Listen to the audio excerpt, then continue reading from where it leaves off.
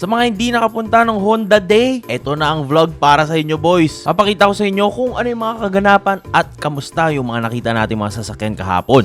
Let's go! Nandito na ako! Andito na ang limaw!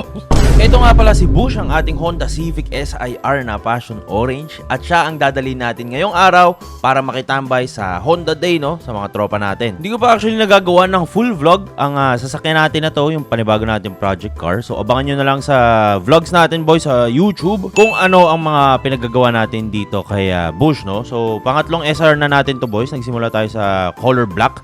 Si Barak, yung naalala nyo yung itim, matagal-tagal din natin inari yun, pero in-out natin dahil orange talaga nasa puso ko boys, no? Tapos kumuha pa tayo ng kulay pula, si Osama naman, kaso okay naman na sana yun, kaso carbon roof kasi siya boys, no? So kung kilala nyo ako boys, all steel all the way. Boy, tignan mo naman yung hood na yan, tol, pang zero alon as fuck. Zoom out muna onte para makita. Antigas talaga yung Hilux natin boys. Wala muna tayong paki dyan dahil Honda Day ngayon. Tara, samahan nyo ako boys. Ano ang prep natin? Tara, dumaan nga muna tayo dito kila Auto Pro guys. Syempre para magpa-tire block, no? Dahil wala na tayong oras magpalinis ng ating sasakyan. So magpapa-tire block na lang tayo boys para naman medyo may kintab ang ating gulong, di ba? Boy, tignan mo naman yung tikas boys. Sabi ko naman sa inyo, iba talaga ang tikas ng Passion Orange. Shoutout kay Robert. Nakisuyo tayo kung pwede maki-tire block, no? At pwede naman, syempre, diba, tire block lang naman. Shoutout sa Auto Pro, silang nag-aalaga ng mga sasakyan natin, boys, no? All the way. Pucha, nakaapak pa ata ako ng tae. Fuck! I-share ko lang sa inyo kung bakit ko kinuha itong specific na SR na to. Kahit pagkamahal-mahal, tol, ito na ata yung pinakamahal na SIR na binili ko. Times 2 pa ni Barak to, boy. Pero tignan mo naman kasi yung kintab, yung latag ng lahat, yung pagkakapintura, dayab. Napakatikas, boy. Bigyan mo muna ng montage yan, tolo. Habang nilalapatan ng tire block, guys. Damn.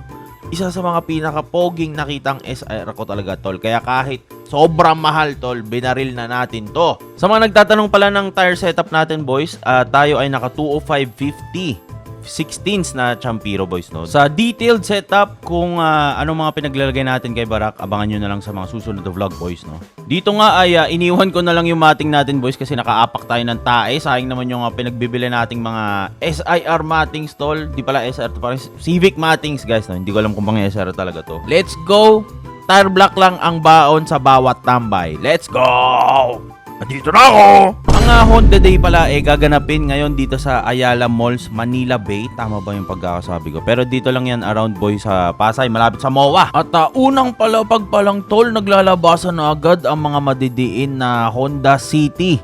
Pagkaikot natin sa level 2, palang ata to, level 4. Dami na agad sasakyan boy. So isipin mo pa, paano pa tayo makakakyat sa taas? Shortcutin na natin dito.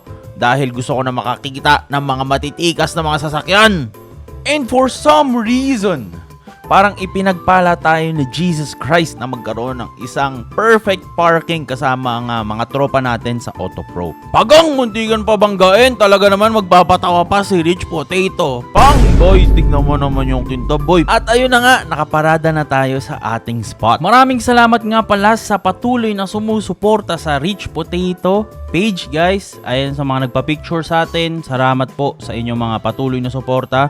At shoutout dito sa Auto Pro, silang nag-aalaga ng mga sasakyan natin boys. Ito yung kanilang mga trophy guys. Libre ang kanilang mga stickers dito. Punta lang kayo, kaso kahapon pa to. Sayang, di ba? Pagkalabas nga namin ng mall, syempre nagpalamig muna kami sa mall guys. Ito agad yung bumungad sa ating mata. Isa siyang Honda Civic Bigote boy na napakababa tol. Tignan mo naman kung gaano kalapag yan, toy. Boy, isipin mo na lang paano niya naiakyat yan dito. Malamang siguro naka-air shoes to, no? Dito talaga ako bumibilib sa mga nagdadrive ng ganito, boys. Nako, kung alam nyo lang kung gaano kahirap mag-project ng ganitong sasakyan, boys. Pero kitang-kita naman natin, tol. Apaka-pogi, di ba? Dito naman ay meron din tayong nakitang Honda Civic Bigote, tol. EK4 concept, I think. Boys, para sa akin talaga, napaka-pogi ng isang latag na puting bigote. At pagkalingon ko sa aking kaliwa, meron ako nakita ditong Honda Civic EG Hatch na tol, kulay pink. Pasok na pasok to sa mga 2K concept dati guys, yung mga year 2000 na itsura, boy. Ang pogi din talaga, di ba? Paglingon ko naman sa aking northeast west side, boy, nakita ko tong Honda Civic SR na to, tol, naka-turbo. Damn, boy. Pagang. Pag puti ang SIR, napaka-pogi talaga ng Type R headlight guys, no? Ito yung smoke na headlight. Tapos meron details dito, syempre hindi ko binasa. dahil gandang-ganda ako sa sasakyan na to. Boy, kapag nakapatong na ganyan yung mga sasakyan, pwede mo silipin yung loob at yung ilalim kasi for sure napakakintab niyan, boy. Tol, tignan mo naman kung gaano kalaki yung turbo niyan. Naka Victor Wembanyama pa. Ako pangarap talaga, pangarap hanggang mamatay. Magkaroon ng turbo na, boy, sipin mo lang gaano kabilis to. Dok, tapos tinurbo. Shush! Naglakad nga lang ako ng onte dito sa aking kanan, tapos meron ako nakita ditong bigote, tol. Ito ang itsura ng stock na bigote, boys. At sa kanyang kanan naman, merong modified. Dito naman na naka-lowered na bigote, boys. Pang, napaka-pogi talaga ng lahat. Ito naman, Honda Accord, naka-turbo din. Naka-turbo na ba lahat ng nandito? Kapag ganyan ang mga nakabukas na makina, tol, alam mo na dapat. Different take naman kasi kadalasan sa mga ganitong Accord, guys, VIP yung kanilang mga tindigan, no? Pero tol, ito, pucha, parang pangkarera na. Nakagoma pa yan. At kamunti-muntigan pa ako masagasaan, tol. Magpapatawa ka pa talaga. Meron dumang dalawang Honda Civic na black and white. King yang yarn. At dumako naman tayo sa secret room. Pasok tayo. At pagbukas mo ng pito, akala mo tol nasa langit ka na. Ang daming Honda na kotse dito, boys. Dahil nga Honda Day. Ano ka ba naman? Simulan natin dito, boys, sa left side. Puchang pogi talaga ng Calchapi, no? Pang boy sagad sa baba. Sa kabilang side, tol, napaka-pogi din ng Honda Civic na FD, no? Para sa akin, boys, kapag puti ang FD, tol, nako, the best sa the best. Katabi niya yung mga Honda Jazz, may mga Honda Civic pa dito, may Honda CR-V, may Honda FE, tol, lahat lowered as fuck. At meron napaka-poging CR-V dito, tol. Guys, ako, alam nyo naman, pangarap ko talaga magkaroon ng CR-V. Tapos, tingin mo, tri-spoke, champapi, napakakintab ng headlight, ang pogi ng chrome. Ay, talaga naman meron pa tong tail end na dinilit ang reserve tire. Sabi siguro ng owner, fuck, reserve tire, hindi ko kailangan yan. Hindi ko sure, guys, pero parang performa ata tawag dito. JDM ang kanyang concept, tol. Tignan mo naman yung hood ng mga reflection ng mga nandito sa taas. Parang nandito ata yung mga elite. Guys, napaka-pogi din talaga ng bigote. Kapag latag na latag, proper build, EK4 na mags, ay, talaga naman. Pero, para sa akin talaga, iba rin talagang tindig ng Honda Civic na SIR talaga yung mukha. No? Yung EK na mukha, guys, yan talaga yung ang hirap ipagpalit. Para sa inyo, boys, ano ang best kulay ng SIR para sa inyo? Itong Milano Red, Taffeta White, yung itim, yung orange, o yung Sunburst Yellow. At dito naman, boys, meron, napakita natin yung tropa natin si TJ, ang nagmamay-aring pinakapoging FE na nakita ko sa car meet na to, par. Boy, nagbukas pa talaga ng hood si TJ. Reserve naman kasi. At meron nga ditong Honda Accord na V6, tol. Formado as fuck. Nakita ko yung kamukha nung sasakyan natin dati, boys, na si Casper. Ito naman medyo naka-body kits. Boy, pero pearl white at its best. Tignan mo naman yung preno, tol. Naisipan pang i-upgrade talaga. Diin sa diin. Pinakita pa yung interior, tol. Pucha, naka-Recaro seats. Kadalasan yung mga ganito, guys, ginagawa nilang VIP concept. Pero gusto ko yung mga ganito kasi nagagawa nilang formado, lower JDM shit, di ba? Ayoko, di ko sa masyado trip yung mga VIP concept, guys, kasi ewan ko, parang masikip sa loob, eh. Pero ito, napaka-pogi. Kinamayan ko pa si Idol kasi gandang-ganda ako sa kotse niya. Pagkalakad ko pa ng onti, tol, meron ako nasipat na mga Honda Integra, tol. USD ata yung ganitong face, eh. Pogi. Guys, tignan mo naman tong EK na to, tol. K-Series, may Torotot sa harap, at donut tires, tol. Isipin mo, ready na kumarera. Nilagay niya pa talaga, boy, napakatikas. Talaga isipin mo, ilang oras ang inooras nito, boy, sa 400 meters, tol. Sa ganyang goma, napaka-pogi talaga.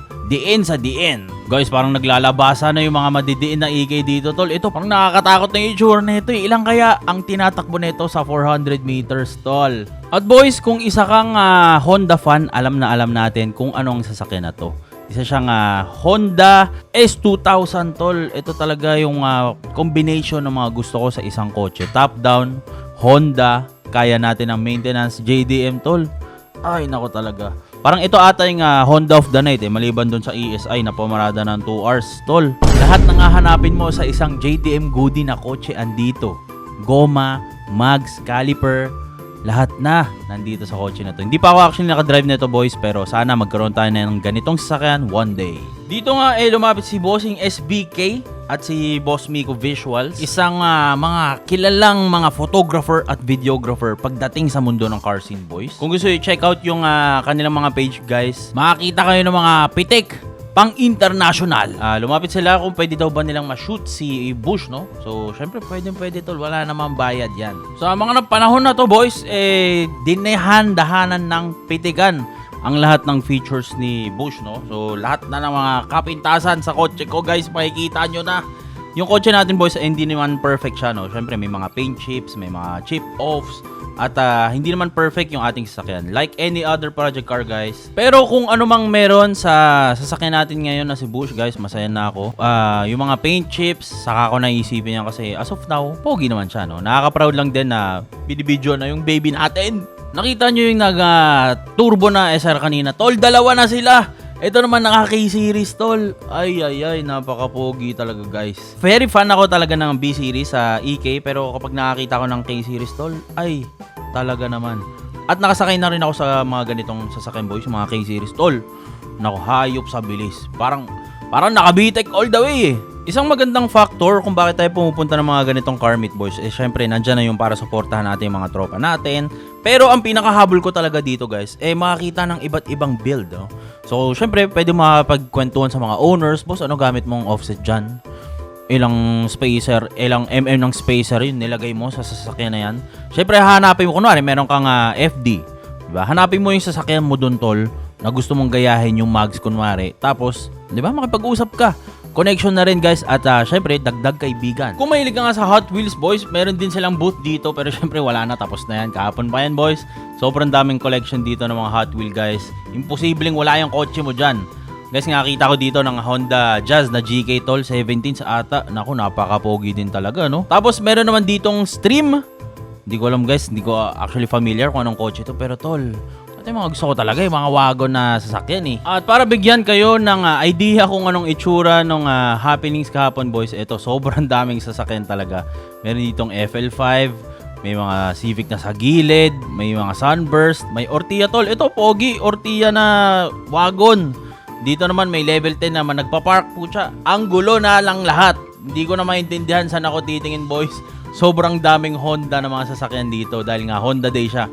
Nakakatuwa lang rin talaga, boys, dahil minsan lang tayo makapunta sa mga ganitong car meet na sobrang daming dagsaan. Nagsama-sama lahat ng ideas dito, boys, at lahat iisa lang ang passion about sa pagkukotse, pagbubuo ng mga sasakyan, lahat kaadikan about sa kotse, pyesa, kagagastusan, karga ng makina, mags, spacers, gulong, lahat na pinag-uusapan, lahat dito, boy. Uy, tignan mo tong kapatid ni Nixon, tol. Ang pogi pala ng pula na Honda Odyssey, tol. Ay. Nakakapagod din maglakad, so tambay muna tayo dito, boys, sa booth ng Auto Pro. Ito yung sasakyan ni Ivan, tol. Type R yan. Ito mga nag-aalaga sa mga sasakyan natin, boys. So, kuha lang kayo ng mga stickers dyan. Libreng-libre. At sumasali rin sila sa mga karera, boys. So, kung kailangan nyo ng mga car care, mga pampapogi sa inyong sasakyan, visit Auto Pro. Sila ang bahala sa inyong sasakyan. At tol, ito ang pinakamagandang nangyari sa gabing ito. Nasilayan ko ang dati kong sasakyan na si Nixon, boys. Ito yung ating 2019 Honda Odyssey. Alam na alam ko talaga yung tikas ng sasakyan ko. Tol, hindi ko na kailangan tignan yung plaka. Sure ako na akin to dati, boys. At dyan na nagtatapos ang ating Honda Day vlog, guys. Pasensya na kung hindi ko nadaanan o na videoan ang inyong mga sasakyan. Sobrang dami lang talaga. Salamat sa mga nagpa-picture kay Bush. Salamat sa mga naka-appreciate sa sasakyan natin na Honda Civic SIR.